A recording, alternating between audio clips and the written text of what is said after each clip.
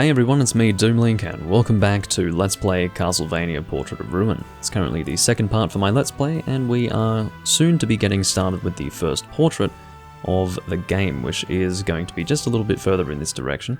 Here is Wind. We of course did actually learn a skill from him before.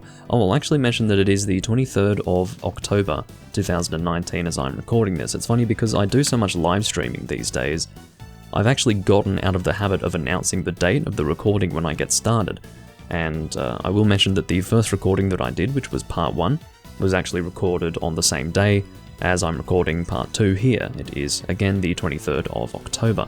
The reason why I do outline this is because sometimes it does take a while for me to actually upload things that I do record, and I would say that that's definitely going to be the case for this Let's Play, because at the moment, I'm in the mood to play Castlevania, but I don't want to flood my channel with Castlevania content, because for those of you who aren't really interested in Castlevania, I'm sure there have to be some of you out there who don't really care about it.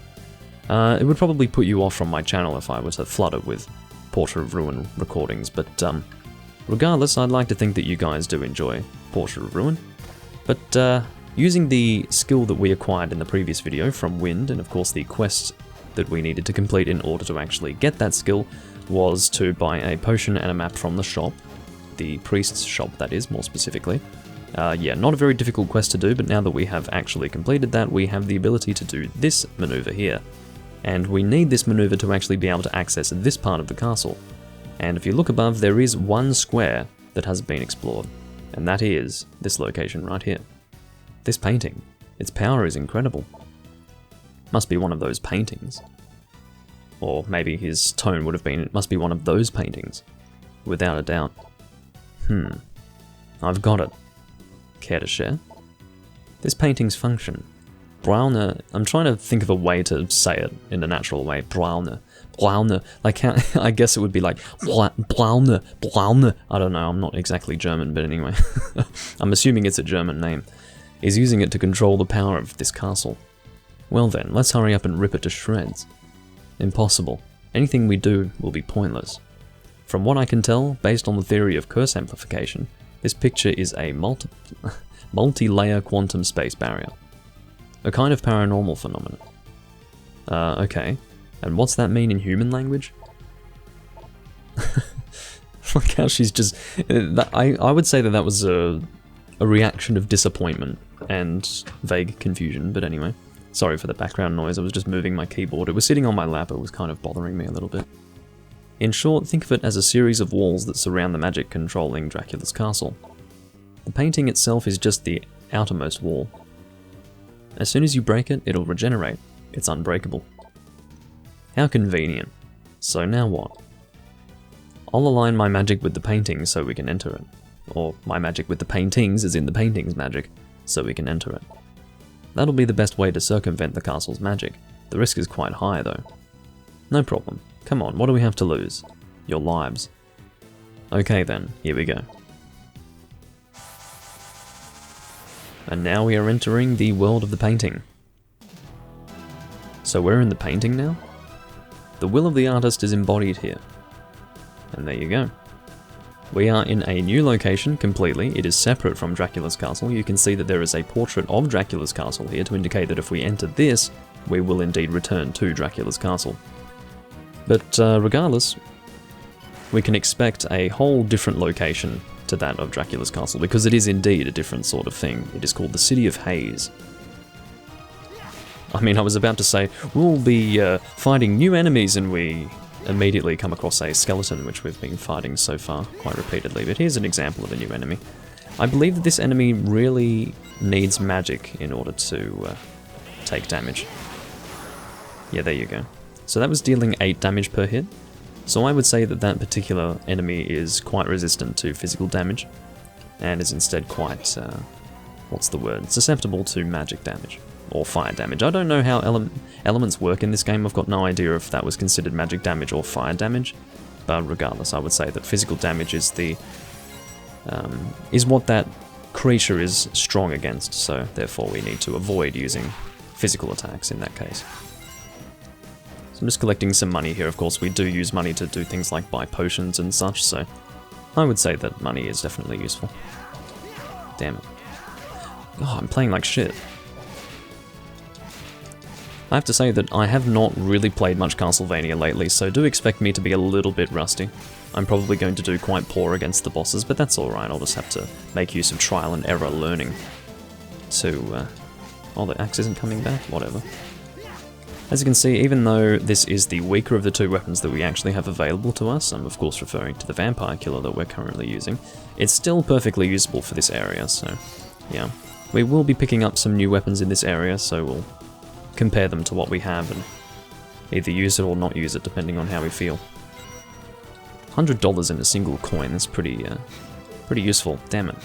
Pressing the wrong things again. So we now have a leather cuirass. Or cuirass, I think cuirass. But, oh yeah, I also should have put on this headguard before. At least I've noticed that now. Protects the head from impacts, yeah, no kidding. Body armor made of leather. Great descriptions, by the way. It's a very interesting symbol that they've got here for the shoe, because that is not the kind of shoe that Jonathan would wear. Although I guess you could say that that's a boot. Yeah, I guess it's a boot that can be perfectly masculine, maybe. Maybe not particularly masculine, but, you know, men can wear boots like that.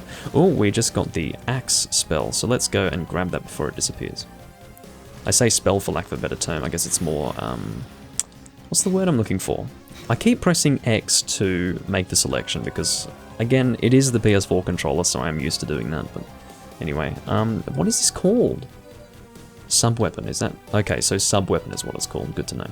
So I'm going to equip Axe. Axe is, of course, one of the best sub-weapons out there. It deals a lot of damage, it's got a nice arcing attack, so it is effective both against enemies on the ground, enemies that are sort of walking in the middle area, like so. See where our whip is currently affecting? I would call that the middle area, and then it also affects above us, so if I throw it, you'll see what I mean. It depends on, oh, you could see that there was a heart that just appeared down there. That's what I meant by hearts still existing in this game. It's just, it's not a heart counter system, it's instead a magic bar that you have that is slowly depleted and also regenerates over time, which was not the case with hearts before. But regardless, where am I going? Can I head down from here? I think so. No, I can't. Just need to find where I'm going. We can kill another axe armor, I don't really care. The names of the enemies that we make physical contact with our weapons, or I suppose not just that, but also with our magic, anything that we hit in one way or another is going to have its name displayed, and the reason why is because we collected a, I believe it was a skill cube, or maybe it wasn't a skill cube, it was something that we picked up just in the area above where wind hangs around in. So it is a very useful item to have because you can actually refer to these enemies that you're fighting by name. You don't have to try and figure out your own sort of name to give them, which I would say is a very good thing. Okay, so I'm going to be nice and careful with this fellow. I can do this to sort of avoid it. Actually, I should use the throwing axe. There you go. It's a lot of damage. And we will, again, use the hearts here to replenish a little bit of our MP just a bit faster, so it will recover just by itself, but that speeds up the process, as you can tell. Okay, so here's a saving point, or just a save point. I've never said the phrase saving point in my life, and yet I just said it for some reason. Here's some money. So, I guess hearts don't respawn then, you only get one heart and that's it. Leather corset, so that will be used for Charlotte. Needless to say, they don't expect you to put on a corset as Jonathan in this game, that would be quite extreme. If you wanted to have more intelligence, you could use the Kirtle, but to be honest, it's only increasing intelligence by 1, so I don't think that's very important at this point. You can see that the leather corset, however, is increasing. Why did I say including? It's increasing our defense by 2, so let's just say that that's worthwhile. We will use the throwing axe to deal some damage, as opposed to almost no damage with our physical weapon. Although that is a physical weapon technically. Oh yes, the best way to fight these guys is to actually play as Charlotte, because they do not attack females, which is kind of funny, but anyway, here we go. I really should charge up that magic a little bit more, but anyway. Maybe how it works is it deals the same amount of damage, but it deals less hits. Maybe that's how that works. I'll try to see if I can confirm that. Let's cancel that. Had to cancel it by, ooh. There we go, we've got a level up. I believe that's level 2, unless we have leveled up before this point. Damn it. I'm way off target with that. Well, because I leveled up, I'm dealing 2 damage per hit now, as opposed to 1, which is fairly nice. Oh, scheisse. Okay, well, forget it then. We'll get this heart and move on. My performance hasn't been amazing, and again, you'll have to forgive me for being a little bit rusty, but there's a, I believe that's a claymore over there, so we'll go and pick that up momentarily. We do need to sort of do a little bit of a ring. Well, not even a ring, we have to sort of go up and around and all over that, but get the fucking heart, even though you don't need it at all. Hold on, I'll be back in one moment. And I'm back. I thought I heard a knocking sound at my door, but no, it was not a knocking sound, apparently. Unless someone did a knock and run, which would be very bizarre. So apparently we have already leveled up, I just didn't notice. We are currently at level 3, which would indicate we have leveled up twice now from level 1. Yeah, that's how that works. Ascending numbers, Doomlink. But anyway, so let's continue. Make some money by collecting coins. Let's be sensible with what we're doing here. Hit that axe. I may even need to use a potion soon because of my poor play, but anyway. Because there are such things as potions in this game, it is kind of hard to really fail when playing, but anyway. I haven't really had too much experience with traditional Castlevania. Rush. So this is a team skill.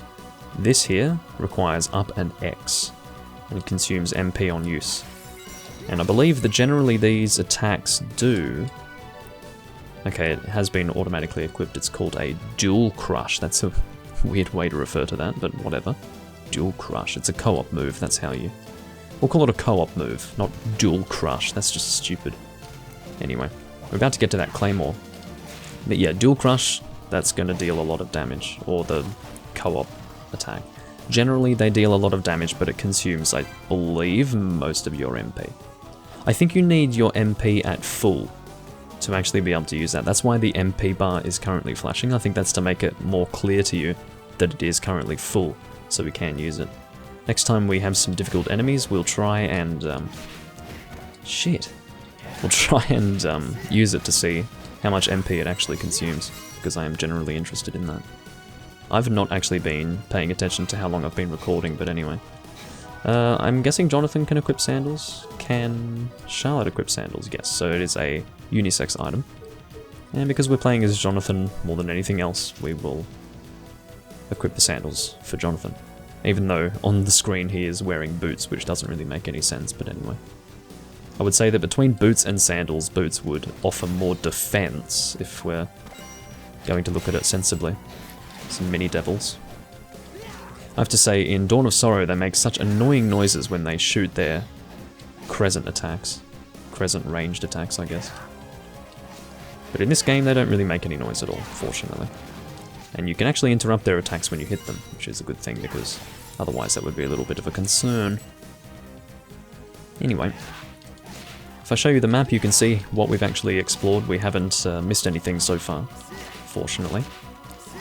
Gonna kill these zombies for not much experience, but that's alright. Just gonna keep collecting money here, this is always good. I still have yet to... Oh, Jesus, that's not ideal. Okay, we got some rotten meat. I don't think that's really going to achieve much for us. We're not going to be able to eat that and recover health, I don't think. I've got no idea what rotten meat is used for, actually. So let's have a look and see. No, wrong thing, Doomlink, please. Rotten meat.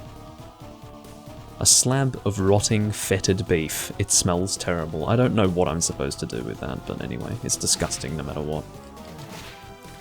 Oh yeah, I did actually pick up a claymore, so maybe I should equip it. You can see that it is a lot heavier. Well, of course it's heavier, but it's a lot more damaging compared to the vampire killer. It is a two-handed weapon, so it will attack slower, but you can see we're dealing 16 damage to these enemies now. And that's pretty cool. I'm gonna guess 2 attacks. 3, 4, 5. Okay. Well, whatever works. Oh yeah, we're gonna have to equip Charlotte. I love you! He never actually retaliates when being hit repeatedly by Charlotte, which is kind of strange, but anyway. Let's have a look and see what the leather whip is doing. That is 11 damage. Ooh, I think I'm actually going to go with the leather whip. Because you can see that it's attacking faster than the Claymore and has probably a little bit more range than the Claymore. So I'm actually going to stick with the Leather Whip here. I don't know when we're actually going to use the Vampire Killer again. I'm pretty sure that there are multiple stages where it gets stronger. Like, it doesn't just immediately become the full Vampire Killer. But anyway. It has been quite some time, so I don't really remember. Actually, this is a good opportunity to use our co-op attack. That was not quite what I was expecting, but anyway. At least we managed to not completely waste that, and by the looks of it, it did not actually consume all of our MP.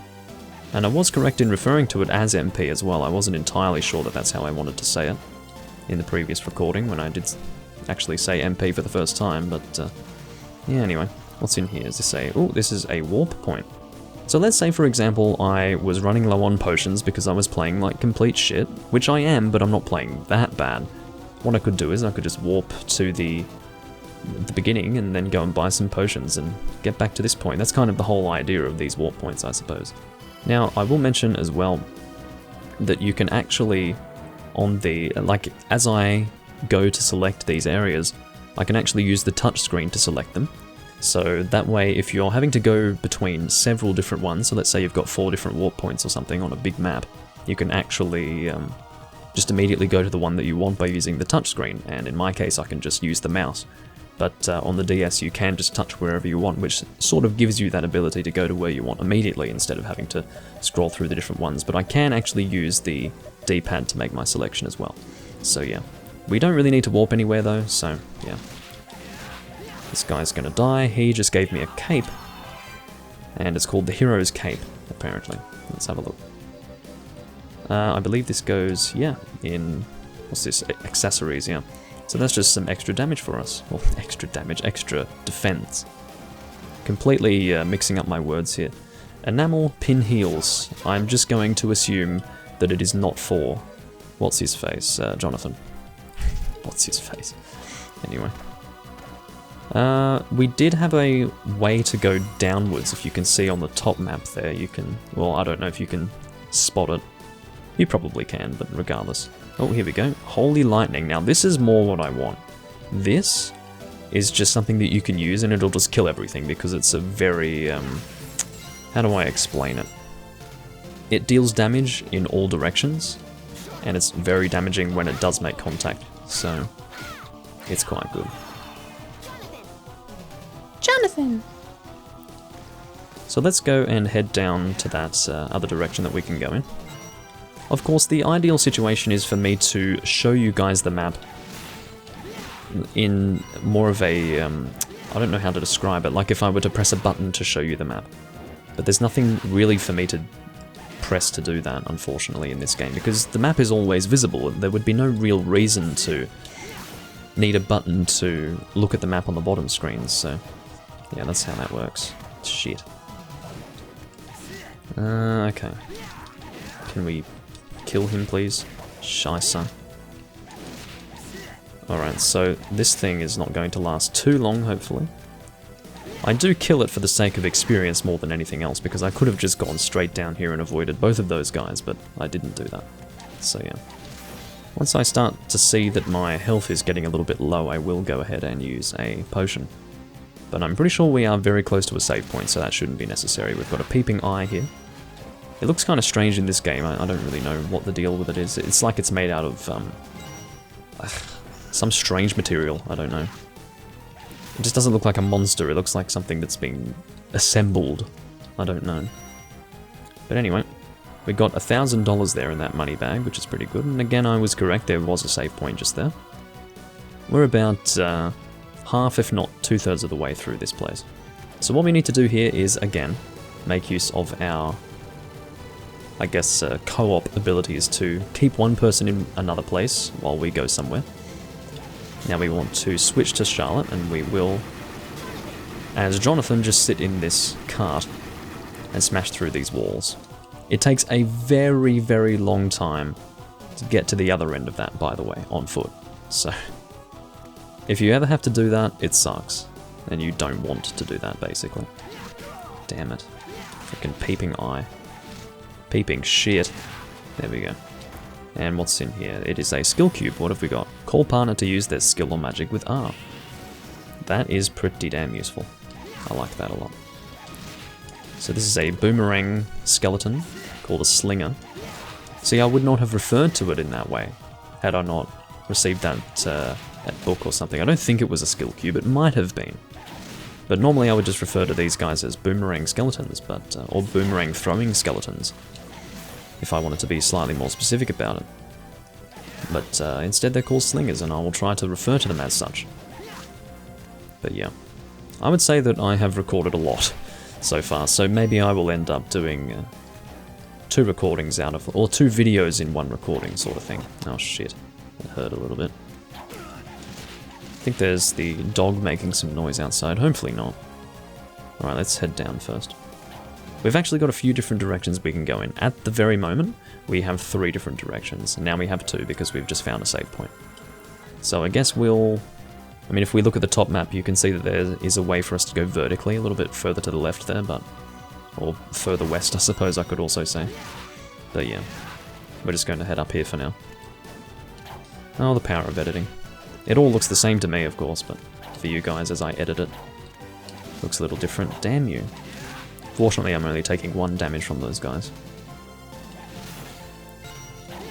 I must have a lot of money by now. I mean, how much do I have? It's 5,302. Now, what is very confusing about this game is the fact that you pick up dollars, right?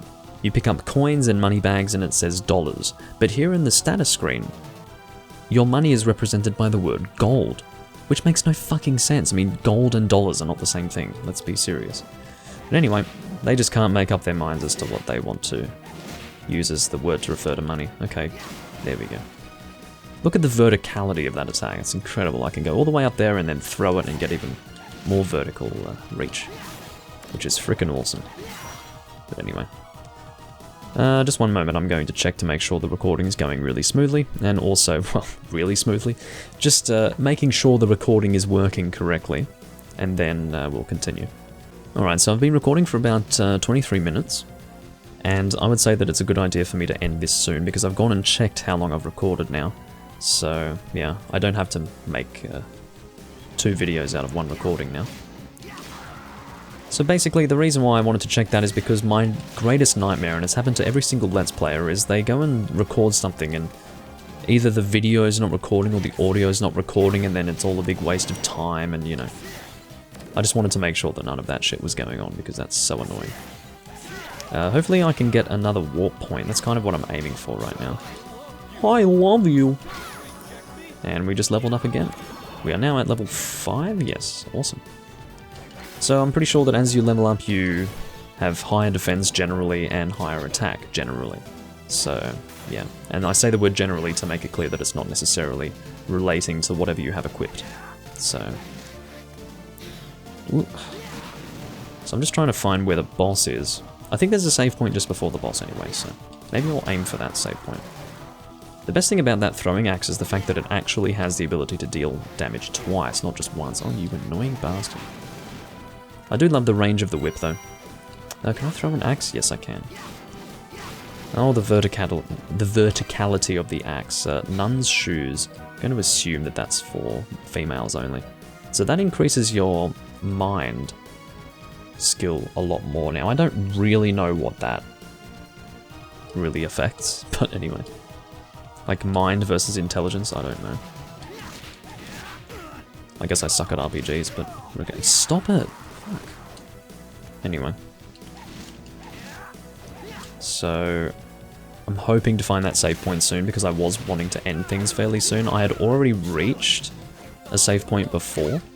So, actually no, it's more... So, I'm looking for 2 things at the moment. I know that there's a warp point sort of in this direction. And I know that there's a save point near the boss. And I think this is the point... Okay, so here's a warp point, and I think there's a save point above it, if I remember that correctly, so... I think we're about to kill 2 birds with 1 stone here. And if that is the case, then I will end it. And I will probably do some more exploration before we get to the boss as well. But that'll be for the next video. I hope you all enjoyed. This has been part 2 for Let's Play Castlevania Portrait of Ruin. We're currently going through the City of Haze. We are most of the way through it. If I show you the top screen as well, you'll be able to see that we do have a few more directions in which we can go, and I will try to fully explore this location. I was going to say map, but it's nicer to say location, before we actually take on the boss. Of course, I won't be able to explore all of it before taking on the boss, but the point is that I want to explore all of what I can get to without actually confronting the boss, so that'll be the plan. And the main reason why I want to do that is just so I can get as much experience as possible as well, because the more experience we have, the higher our level will be, and the higher our level will be, the easier the boss will be to kill. And I think that's pretty important. But anyway, I thank you all for watching, and I'll see you in part 3. Bye bye.